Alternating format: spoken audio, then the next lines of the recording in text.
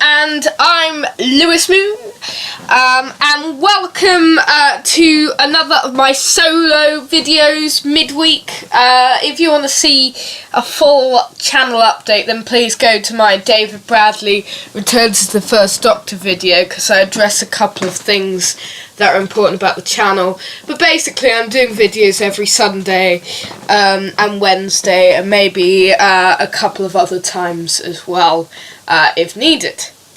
But today I am here in the hub to start my series marathoning. So I haven't been watching these series recently, but I've watched all of the episodes in them, obviously. So I'm going to be talking about each series of New Who. Now, I'm going to be ranking them on a New Who meter that I've created in a little bit of an overview, you might say. So Series 1 was the first series of the revived era of Doctor Who. So Christopher Ecclestone was the Doctor, the Ninth Doctor, the war-torn hero.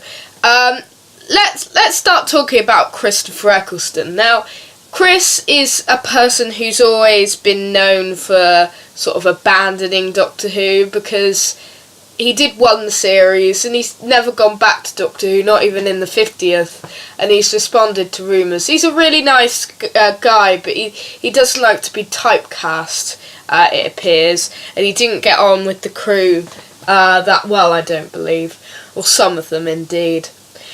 But Christopher Ecclestone is great in Series 1, not one of the strongest Doctors of all time, and not one of the most notable ones. However, he does put in a stand-up performance in some of his stories.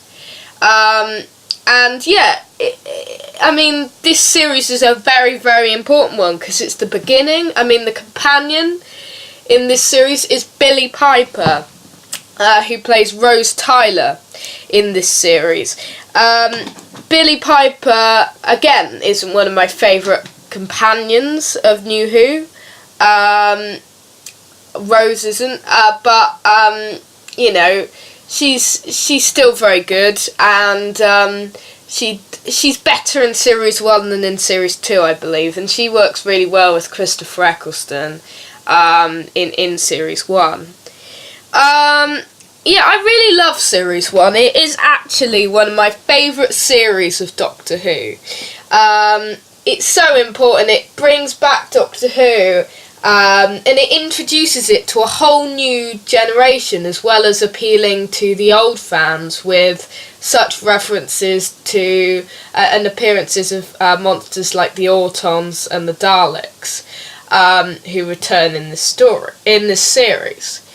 But it's a brilliant series for fans to get invested in. This is a perfect jumping on point, obviously, like Series 5, like with Series 10, and presumably like what will happen in Series 11.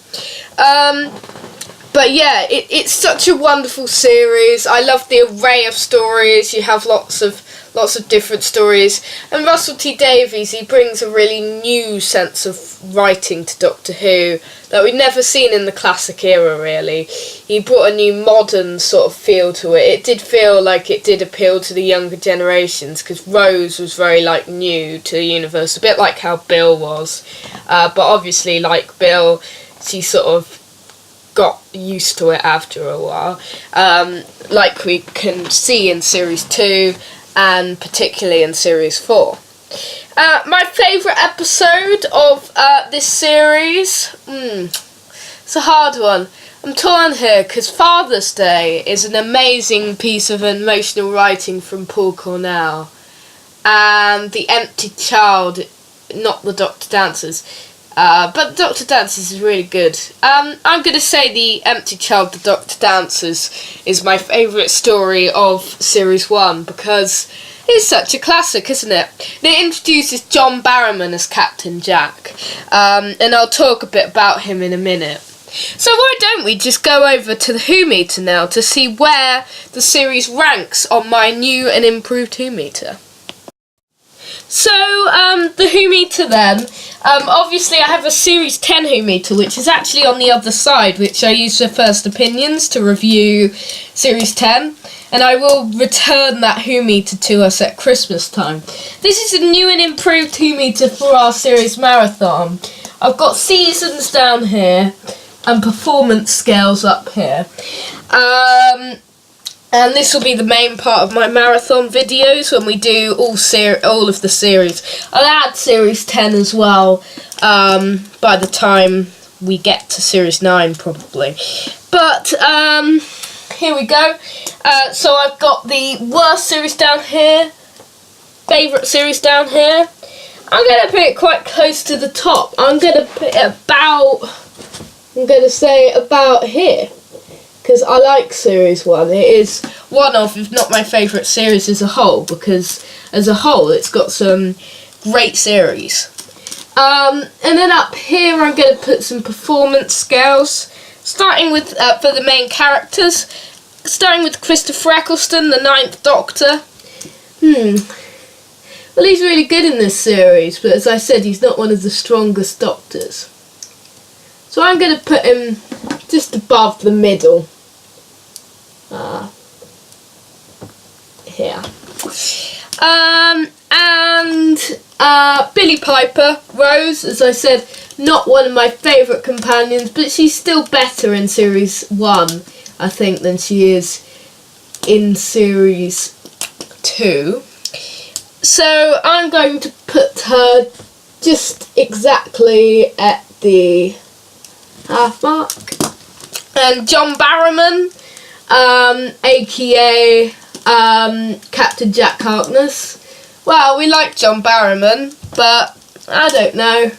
Captain Jack isn't a character I gel to too much. He's gonna go down here. Sorry, John. Quite a pivotal part of the series towards the conclusion. But he's got to go down here, so quite low down on the Who meter. But obviously, in order of the main performances of the series. So I'll be adding to this in the coming weeks with the other series, including the specials, the Dave Tennant specials, which I'll do another time too. So we'll be back to this next Wednesday on our video, presumably. That's it for today, but yeah, it's been great to see you again, guys. What do you think of Series 1 of Doctor Who? Please comment below. Is it your favourite? Is it your least favourite? Is it somewhere in the middle? What do you think of Ecclestone, Piper and Barrowman? What's your favourite episode? What's your least favourite episode? Please, we'd love to hear from you. Please comment below and like and subscribe if you've enjoyed what you've seen today. Now I'll be back on Sunday where I will, unless there's some big news which comes out, I will be discussing the positives and the negatives of the Peter Capaldi era. I'll see you on Sunday. Thank you, and I will see you next time. Same space. Goodbye!